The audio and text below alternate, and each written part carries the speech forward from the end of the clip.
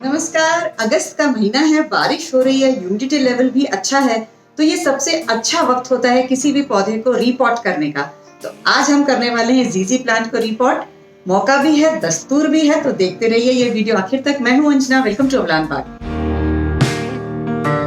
मैंने आपके साथ जीजी प्लांट पर एक कंप्लीट वीडियो शेयर किया था, ऑल अबाउट जीजी प्लांट। उसमें पूरी इंफॉर्मेशन थी, कैसे इसकी केयर करनी है, कैसे रखना है। अगर आप देखना चाहते हैं तो मैं डिस्क्रिप्शन बॉक्स में उसका लिंक शेयर कर दूंगी, आप जरूर देखिएगा।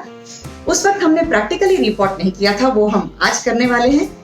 जीजी प्लांट बहुत स्लो ग्रोइंग पौधा है, फ्रीक्वेंट रिपोर्टिंग की इसे जरूरत नहीं पड़ती है। ये पौधा 3 साल से करीब इसी पॉट में है और बहुत छोटे साइज का प्लांटर है ये। जब हमें ऐसा लगता है कि ड्रेनेज होल से रूट बाहर आ रही है या ऊपर से पूरी तरीके से पॉट भर चुका है, सिर्फ और सिर्फ तभी हमें जीजी प्लांट को रिपोर्ट करने की जरूरत होती है। मैं आपको दिखाती हूँ इसका सॉइल मिक्सचर हमें कैसा लेना है। ये है इसका सॉइल मिक्सचर, करीब 1/3 ये बजरी है।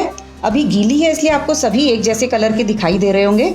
ये गार्डन सॉइल है और ये कंपोस्ट है।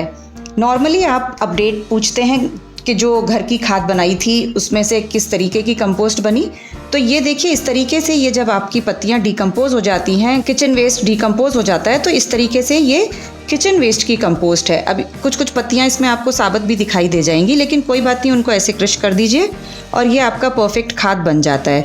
जबकि गोबर की जो खाद हम लेते हैं वो बिल्कुल इस तरीके से छनी हुई पोरस मिलती है, लेकिन ये खाद जो घर की होती है ये थोड़ी सी आपको क्रश कर लेंगे तो ज़्यादा अच्छा होता है, फाइन पार्टिकल्स बन जाते हैं। ये मैंने 1/3 तीनों चीज़ें ले ली हैं। साथ ही मैं ऐड करना चाहती हूँ इसमें 2 चम्मच बोन मील और 4 चम्मच नीम खली। बारिश का मौसम है इसीलिए आधा चम्मच मैं इसमें ट्राइकोडर्मा भी डाल रही हूँ।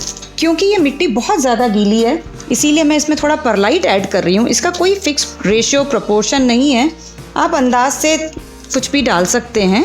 परलाइट की क्वांटिटी वेरी कर सकती है और ये आज मैं इसलिए डाल रही हूँ ताकि जो एक्सेस मॉइस्चर इस सैंड में और खाद में सब में बहुत ज़्यादा मॉइस्चर आ गया है, पानी बारिश का गिर गया है, इसीलिए मैंने इसमें ज़्यादा परलाइट ऐड किया है। अदरवाइज़ परलाइट कोई कंपलसरी इंग्रेडिएंट नहीं है। जब ये सॉइल मिक्सचर पूरा अच्छी तरीके से मिल जाता है, फाइनली जो आपकी सॉइल बनेगी वो बिल्कुल इस तरीके से भुरभुरी बनेगी, बिल्कुल लाइट सॉइल बनेगी।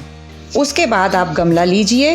लॉकडाउन में मेरे पास घर में यही 2 गमले रखे हैं तो मैं इन्हीं में ही लगा रही हूँ, अदरवाइज मैं इनसे छोटों में भी लगा सकती थी। पॉट के अंदर जो भी छेद होता है उसे कवर करने के लिए एक ठीकरी ज़रूर रखिए। दोनों में मैं ये रख देती हूँ और उसके बाद सॉइल मिक्स से आधा कंटेनर भर लीजिए। ये इसमें पूरी तरीके से रूट्स भर चुकी हैं। नॉर्मली उल्टा करके टैप करते हैं तो पूरा रूट बॉल बाहर आ जाता है, लेकिन जिस कदर ये भरा है मुझे लगता है पहले मुझे इसमें इस तरीके से रिलीज करना पड़ेगा। ये देखिए जब पूरा रूट बाउंड हो जाता है तो इस तरीके से पूरी तरीके से रूट्स आपको चारों तरफ नजर आएंगी और इन्हें अब आराम से सेपरेट कर लीजिए लिटा करके।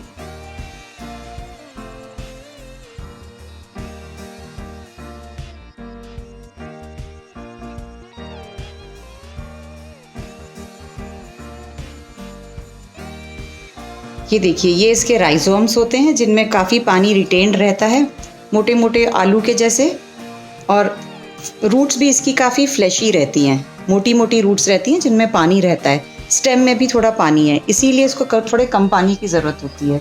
ये देखिए राइजोम कितना मोटा है, बिल्कुल आलू जैसा। तो इन सबको हम सेपरेट कर सकते हैं। बेसिकली नीचे से इसको सेपरेट करना शुरू कीजिए तो बहुत आसानी से ये अलग हो जाएगा।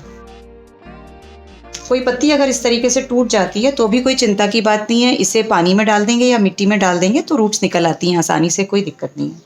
ये खुद भी सेपरेट हो जाते हैं, ज़्यादा आपको मेहनत करने की ज़रूरत नहीं होती है। अब आप चाहें तो ये एक साथ भी लगा सकते हैं और चाहे तो इसको तोड़ करके 2 अलग भी कर सकते हैं, तो इस तरीके से ये 2 अलग भी हो जाएंगे। इसमें हमने आधी मिट्टी भरी हुई थी, अब इसे डालिए। इसकी मिट्टी आपको यहाँ तक लेनी है, जहाँ से आपके ये स्टेम्स शुरू होती हैं यहाँ तक इसकी मिट्टी आनी चाहिए, इससे ज़्यादा ऊपर आने की ज़रूरत नहीं है। तो लेवल को एडजस्ट करते हुए यहाँ तक चाहिए तो थोड़ा और भर दीजिए।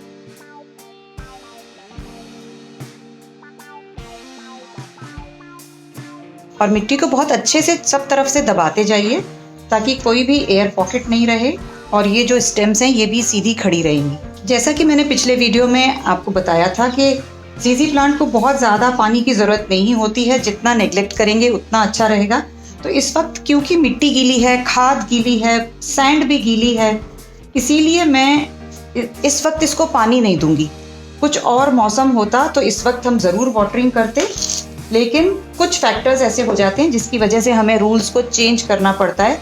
इस वक्त मैं पानी नहीं दे रही हूँ। जब 3-4 दिन बाद मुझे लगेगा ये काफ़ी सूख चुका है मिट्टी, उसके बाद मैं पानी दूंगी और तब तक इसको बस ऐसे करके अभी किसी भी शेड वाली जगह पर रख दूंगी। अब देखिए उन 2 पौधों में से हम कितने पौधे बनाते हैं।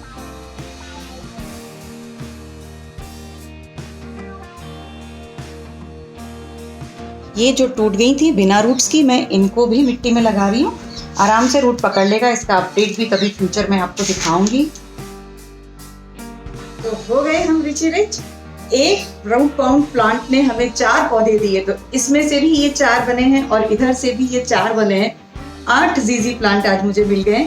रीपॉटिंग के बाद क्योंकि बारिश हो रही थी, मिट्टी गीली थी, मैंने पानी नहीं दिया है, लेकिन इसको छाया में रखेंगे और थोड़े दिन के बाद, करीब 15 दिन के बाद आप इसको सेमी शेड में रख सकते हैं। घर के अंदर रखना चाहें तो घर के अंदर भी रख सकते हैं, लेकिन पहले 15 दिन इसको कहीं छाया में, फ्रेश हवा में जरूर रखिएगा।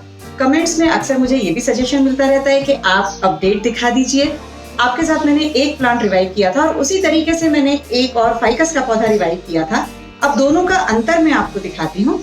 ये देखिए, ये जो पौधा मैंने आपके साथ बिगोनिया का रिवाइव किया था, इसमें सिर्फ रूट थी, पत्तियां बिल्कुल नहीं थी। उस समय भी हमें डाउट था कि ये शायद ही रिवाइव हो पाएगा और अभी तक ऐसा ही है। इसमें मुझे कोई साइन नहीं दिखाई दे रहा है, फिर भी मैंने उम्मीद नहीं छोड़ी है। ये दूसरा पौधा था, देखिए फाइकस का, जो मैंने उसी तरीके से रिवाइव किया था। इसकी पत्तियों में फंगस लग गया था, कुछ पूरी पत्तियां खराब हो गई थी और अब देखिए ये छोटी छोटी नई नई पत्तियां निकली हैं और पुरानी पत्तियां नीचे गिर करके पड़ी हुई दिखाई दे रही हैं। तो ये पौधा तो रिवाइव हो चुका है। तो एज अ रूल हम ये कह सकते हैं कि रिवाइव भी वो पौधा होगा जिसमें कुछ पत्तियां फिर भी नजर आ रही हैं। अगर पत्तियां नजर नहीं आती हैं तो 90% चांसेस है कि हमारा पौधा रिवाइव नहीं होगा। फिर भी किस्मत अच्छी हो तो रिवाइव हो सकता है। हाँ, एक और वजह भी हो सकती है बिगोनिया के रिवाइव नहीं होने की, क्योंकि जब वो पौधा ऑलमोस्ट मर रहा था उस वक्त बहुत तेज गर्मी थी और उतनी तेज गर्मी में अगर हम किसी पौधे को रिपोर्ट करते हैं तो वैसे भी चांसेस हो जाते हैं कि हेल्दी पौधा भी मर सकता है। और एक बीमार पौधे को खराब मौसम में रिपोर्ट करना शौक पर एक और शौक है। लेकिन उसी मौसम में जब ये फाइकस को रिपोर्ट किया गया, क्योंकि इसमें पत्तियां थी, चाहे खराब थी, फिर भी ये पौधा रिवाइव हो गया। तो इसी तरीके से हम पौधों को बढ़ाते रहेंगे, बचाते रहेंगे। जुड़े रहिए अमलान बाग के साथ। और अगर आप इस तरीके से अपने जीजी प्लांट को बहुत मल्टीप्लाई करते हैं तो आज मैं लाइक करती हूँ, शेयर आप कीजिए और सब्सक्राइब अगर नहीं किया है तो जरूर कर लीजिए। मिलते हैं अगले वीडियो में। नमस्कार।